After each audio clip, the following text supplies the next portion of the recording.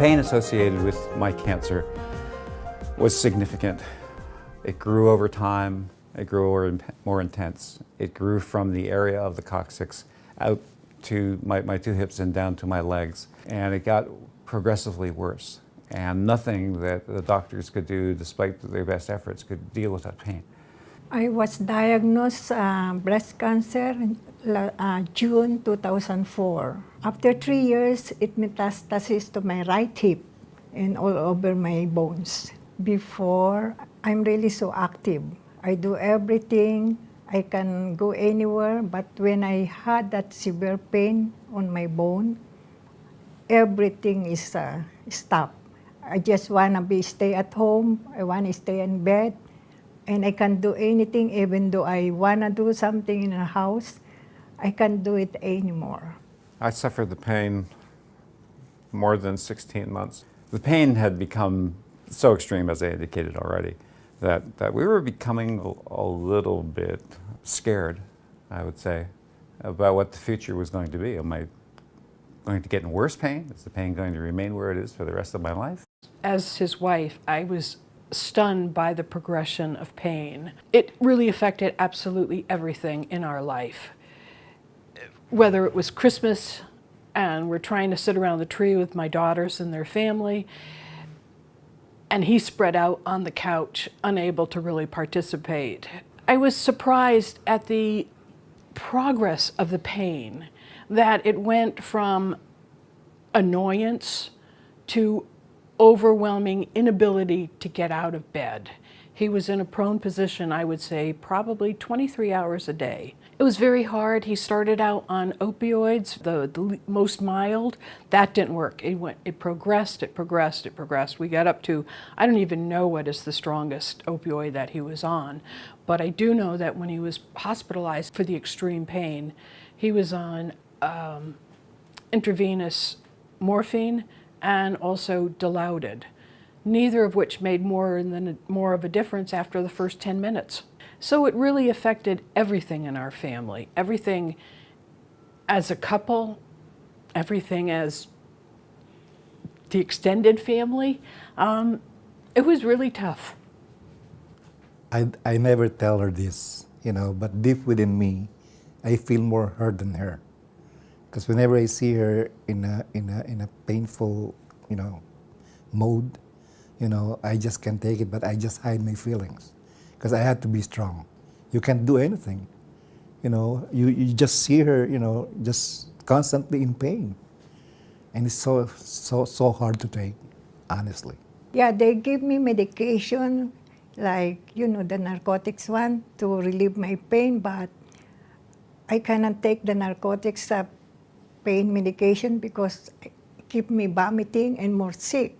Would you want to take a bunch of pills every day, narcotics, and we all see the epidemic that's occurring now? What's associated with taking medications? Sure, you'll get pain relief to a certain extent, but what happens with it? Well, addiction. It's very common. There is a tolerance that you develop with medications. So you reach a point where the receptors on your bodies are maxed out.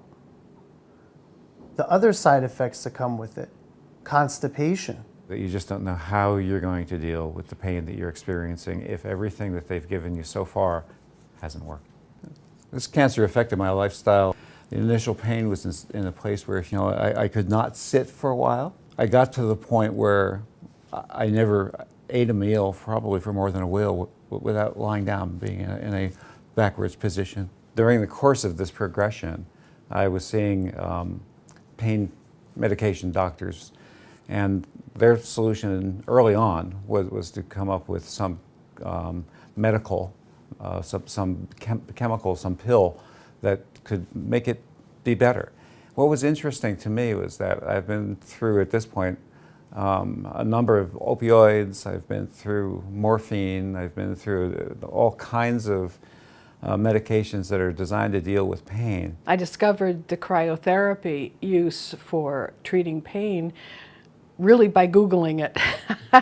I Googled pain treatment for bone cancer or cancer in the bone. And I came up with a long list of things and just started reading, and one of them mentioned cryotherapy with the freezing needles and how it had had extraordinary success with the pain that is caused by cancer in the bone. The thing that really helped for me was when the doctor drew diagrams. And he had a piece of paper and he sat here with a pen and drew what he was going to do. The initial consult with Dr. Agbalia was indeed interesting because I had to conduct it on my stomach because of all the pain. But he went through in a very logical, very sequential, very assuring way that this new technology could indeed freeze the area of the bone and make the pain go away. But I needed to hear that. I needed to hear that this was just not another opioid. I needed to hear that this was a technology that was cutting edge, that it was achievable, that it was patient-friendly. I need to be able to say that about the technology. By the way doctor explained it to us, if your pain level is 10, which is the topmost level, if I could put it down to 2, are you going to be happy?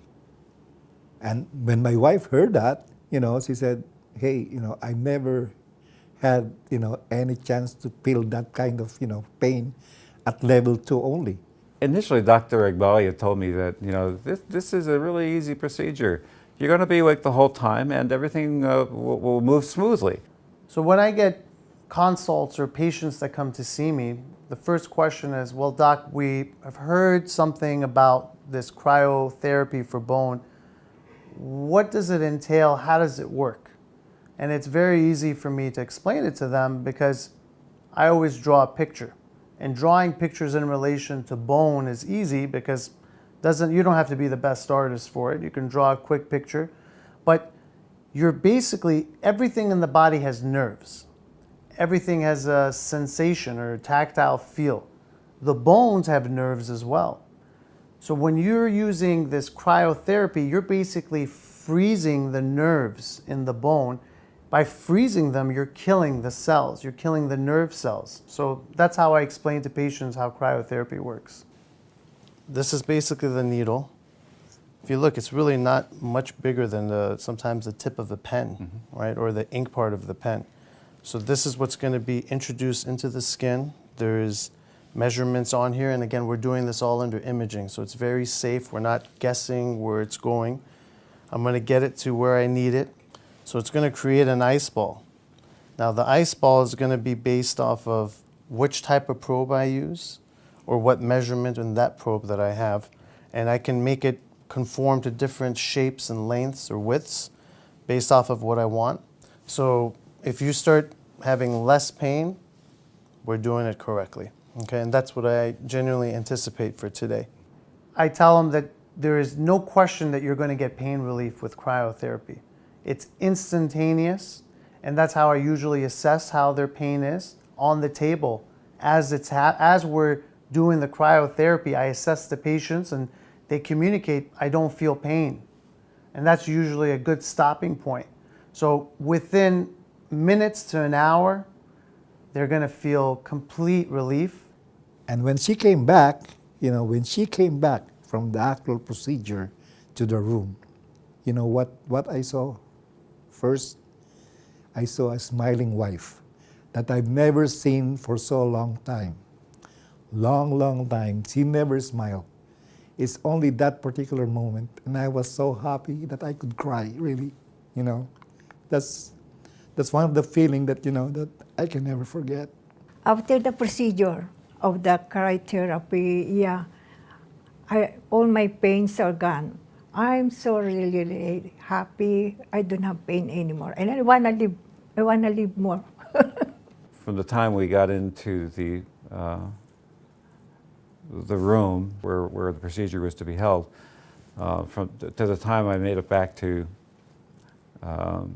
my bed in the hospital, I can honestly say that I felt no pain.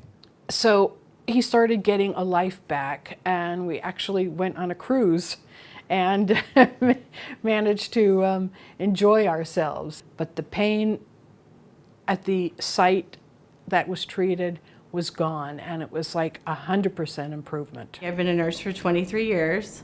I've worked for Providence for 20 years. I've worked in oncology. I've seen patients with intractable pain, pain that is so bad that they're not able to walk to the bathroom. I've seen a patient who had a procedure called a cryotherapy and come back from the procedure and they were able to walk that day. And it was just a miracle. And I was so pleased with the procedure. I had never seen anything like it in my 23 years, that you could just go to have procedure one day and then to find out that you can do this procedure and you get your life back, you get your independence back, you get everything back. And to be relieved from pain, because after that long of pain medicine no longer works. Patients do not need to take opioids. They don't have to deal with the side effect of opioids. Instantaneous relief, the quality of life changes, and it takes the focus from the physician being able to now not only focus on what we're treating, but not have to worry about their pain management. And with cryo, I think that is inevitable that this is going to be the path of the future, and it's exciting being able to see patients go through this. We're fortunate here at Providence Holy Cross Medical Center to have a system like EndoCare and use their device and do the bone cryotherapy. But I think in the years to come, it's going to become more and more frequent, and there'll be more physicians and interventional radiologists using it as they personally experience the technology, the patient population, and the instant pain relief that goes with it. I think the moment that he says, okay, we're done, was the moment that I first began to become aware that the pain had gone someplace else. It was no longer in me at that spot. If someone came to me and asked me if the process and the procedure was worth it, in both the short and the long run, I would give an unequivocal yes.